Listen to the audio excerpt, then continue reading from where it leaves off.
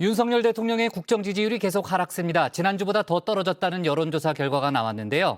여야의 원로 정치인들은 인사 실패와 도어 스태핑에서의 실언, 국민의힘 내홍 등을 그 원인으로 꼽고 있습니다. 일단 윤 대통령은 민생 회복에 주력하겠다는 방침을 밝히고 있는데 박준호 마커가 주민에서 관련 소식 정리했습니다. 윤석열 대통령의 국정 지지율이 다시 살아날 기미가 좀처럼 보이지 않고 있습니다. 이 40% 선이 붕괴된 지 일주일 만에 더 떨어졌다는 여론조사 결과가 나왔는데요. 오늘 발표된 이 한국갤럽의 여론조사 결과입니다. 윤 대통령이 국정 수행을 잘하고 있다는 긍정평가는 32%, 그리고 잘못하고 있다는 부정평가는 53%로 나타났는데요. 이 긍정평가는 지난주에 비해서 이렇게 5%포인트 정도 더 급락한 수치입니다. 긍정평가와 부정평가의 추이를 나타낸 그래프가 이렇게 벌어졌죠. 저는 선거 때도 선거운동을 하면서도 지지율은 별로 유념치 않았습니다. 별로 의미가 없는 것이고. 지지율에 크게 개의치 않겠다던 윤 대통령, 이제는 신경이 쓰일 수밖에 없을 것 같은데요. 혹시 지금 대통령실 내부 분위기는 이렇지 않을까요? 또 떨어졌대요? 여기 물 좀요. 그래서 총선 지지율을 위해서 뭐 어떻게 인기 끌만한 거 좀 해달라는 거예요, 뭐요? 농담으로 생각하실 게 아닙니다. 조금 심각합니다. 여기 물 좀 달. 가뜩이나 이 심각한 상황에 더 심란하게 하는 여론조사도 나왔습니다. 20대 대선을 다시 치른다면 누구에게 투표하겠나라는 주제의 조사인데요. 이재명 더불어민주당 의원에게 투표할 것이라는 응답자가 50.3%를 기록했죠. 반면 윤 대통령에게 투표하는 응답자는 35.3%에 불과했습니다. 대선 때 윤 대통령을 찍었던 유권자들마저 이 상당수가 등을 돌린 셈인데요. 지지율에 연연하지 않겠다, 인기에 연연하지 않겠다라는 것은 정치가 기본적으로 유권자들과의 소통이라는 사실에 대한 인식이 좀 없는 것 같아요. 나는 법과 원칙, 어떤 원칙에 따라서 일을 잘한다. 이런 마인드지. 그러다 보니까 사실 정치적인 것이 실종되고 국민들은 그걸 이제 느끼고 있는 거고. 이렇게 심상치 않은 지지율 하락의 원인은 뭘까요? 오늘 주민은 이 초대 손님을 모셔놓고 원인을 함께 살펴볼까 하는데요. 여야의 원로 두 분부터 모셔보겠습니다. 국민의힘 김종인 전 비상대책위원장과 유인태 전 국회 사무총장인데요. 두 분 다 이 정치권에선 여야 가릴 것 없이 할 말 다 하는 미스터 쓴소리로 통하죠. 먼저 김 전 위원장은 이 현 정부의 경제 정책을 문제 삼았는데요. 지금 대한민국이 겪고 있는 경제적인 상황에 대한 인식을 제대로 하고 있느냐에 대한 의심을 갖는 사람이에요. 보편적인 상식으로다가 납득이 되지 않는 소리를 하면은 국민이 따라가질 않습니다. 윤석열 정부 이 민간 주도의 경제를 앞세워서 법인세 등 이 감세 정책을 펼치고 있는데요. 김 전 위원장은 이런 경제 정책이 MB 정부 때와 다를 바가 없다고 봤습니다. 기업의 투자 촉진 등을 노렸겠지만 예상보다 이 정책의 효용성이 떨어질 것이란 예측인데요. 김 전 위원장은 이 기득권과 부자보다는 서민 중심의 경제 정책을 추진해야 한다고 조언했습니다. 기본적으로 지지층을 갖다가 소위 서민 계층을 지지층으로 삼고 그래서 내가 약자와의 동행을 갖다가 무엇보다도 더 앞세워서 내보자 이렇게 얘기를 한 겁니다.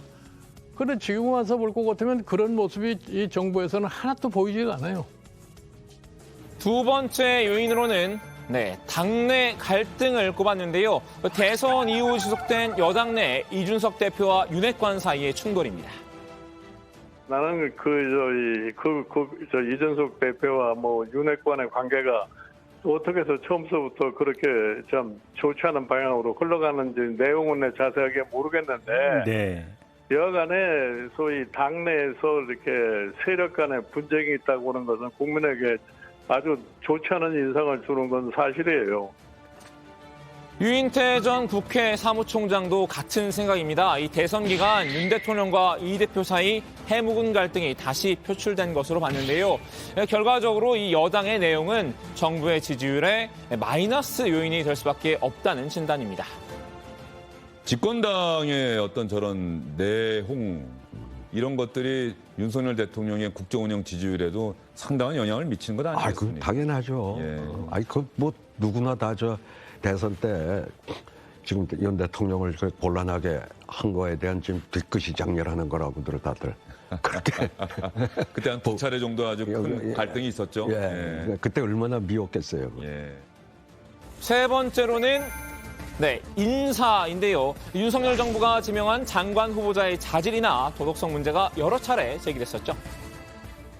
최근에 이제 여러 가지 뭐 인사니 뭐니 등등 문제가 있으니까 윤석열 대통령을 지지했던 사람들도 일부 좀 이탈하는 현상을 보이기 때문에 윤 대통령의 이 방어적인 태도가 화를 키웠다는 분석도 내놨습니다. 이 문제가 된 후보자들을 지나치게 두둔했다는 지적인데요. 유 전 사무총장은 국민 여론과 동떨어진 태도를 꼬집었습니다. 그 음주운전의 갑질로 더군다나 그 음주운전한 것도 또 무슨 용어를 써가지고 500만 원 벌금 나온 거를 가서 선고유예를 받은 그런 훌륭한 장관을 봤냐고 하는 하필 그날 임명한 날 그 얘기가 나왔겠죠 아마. 전 정권에 그 지명된 장관 중에 이렇게 훌륭한 사람 봤어요? 또 다른 질문. 그러니까 아이고 저렇게 표 떨어지는 소리가 그냥 그날 표가 우수수 하고 떨어지는 소리가 들리더라고요. 결국 이 문제는 도어 스태핑으로 이어지는데요. 윤 대통령이 이 도어 스태핑을 통해서 소통을 활성화하려는 노력 자체는 높이 사지만 이 답변이 불안하다는 게 공통된 지적이죠. 갑작스러운 그 기자들의 질문에 조금 숨을 멈추면서 생각하면서 답변을 하시면 좋을 것 같은데 그 지금 윤석열 대통령 성격상 그냥 바로 즉답을 하다가 보니까 아마 그것이 이렇게 별로 이렇게 좋지 않은 경우가 생각하기 때문에 유 전 사무총장은 이 윤 대통령의 오만한 답변 태도도 지지율을 깎아 먹었다고 봤는데요. 겸손함을 강조했습니다. 지금 도어 스태핑에서 굉장히 오만한 모습을 지금 그동안 술 많이 먹었던 사람들은 자꾸 그래요. 저 윤석열이 저러지 않았는데 왜 대통령 돼가지고는 좀 달라졌다는 소리들도 하던데 좀 더 그렇지 않았다면 본디 그럼 좀 더 저 겸손한 자세로 좀 돌아오고 야당하고 협치하려는 모습만 보이면 지지율 바로 60% 70%로 좀 올라갈 수 있을 거라고 봐요. 자, 이젠 스튜디오를 옮겨서 여야 게스트 간 토론 자리를 마련해봤는데요. 썰전 라이브 스튜디오입니다. 여당 쪽 게스트로는 배현진 최고위원, 야권 쪽에서는 유시민 전 노무현재단 이사장 나와주셨습니다. 유 전 이사장, 이 정치평론은 한동안 뜸했었는데요. 공백 기간 동안 칼을 갈았던 모양입니다. 이 작심 발언을 쏟아냈는데요. 정부라는 건 종합병원 비슷한가요? 온갖 그중에는 좀 만성병 환자도 오지만 응급 환자도 오고 막 그러잖아요. 지금 응급실 문을 닫아놓은 것 같아요. 아니 응급실 열어놨는데 의사도 한 명도 없고 간호사도 없고 응급실이 텅 비어 있어요. 그러니까 빨리빨리 해야 될 급한 일들이 있는데 아무것도 안 하는 거예요. 그러니까 이 정부를 종합병원에 빗댄 말인데요. 응급실이 개점 휴업 상태라고 비꼬았죠.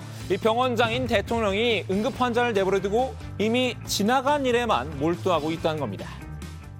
응급실은 안 돌리고 지금 뭐 이렇게 급한 환자도 없고 이런 과에서 뭐 옛날 사진 같은 거 뭐 MRI 사진 다시 올려놓고 야 이거 지금 이 사진 보니까 이 병이 그게 아니었는데 지난번 그 과장이 저 병원장이 잘못했네 뭐 이런 거 하고 있잖아요.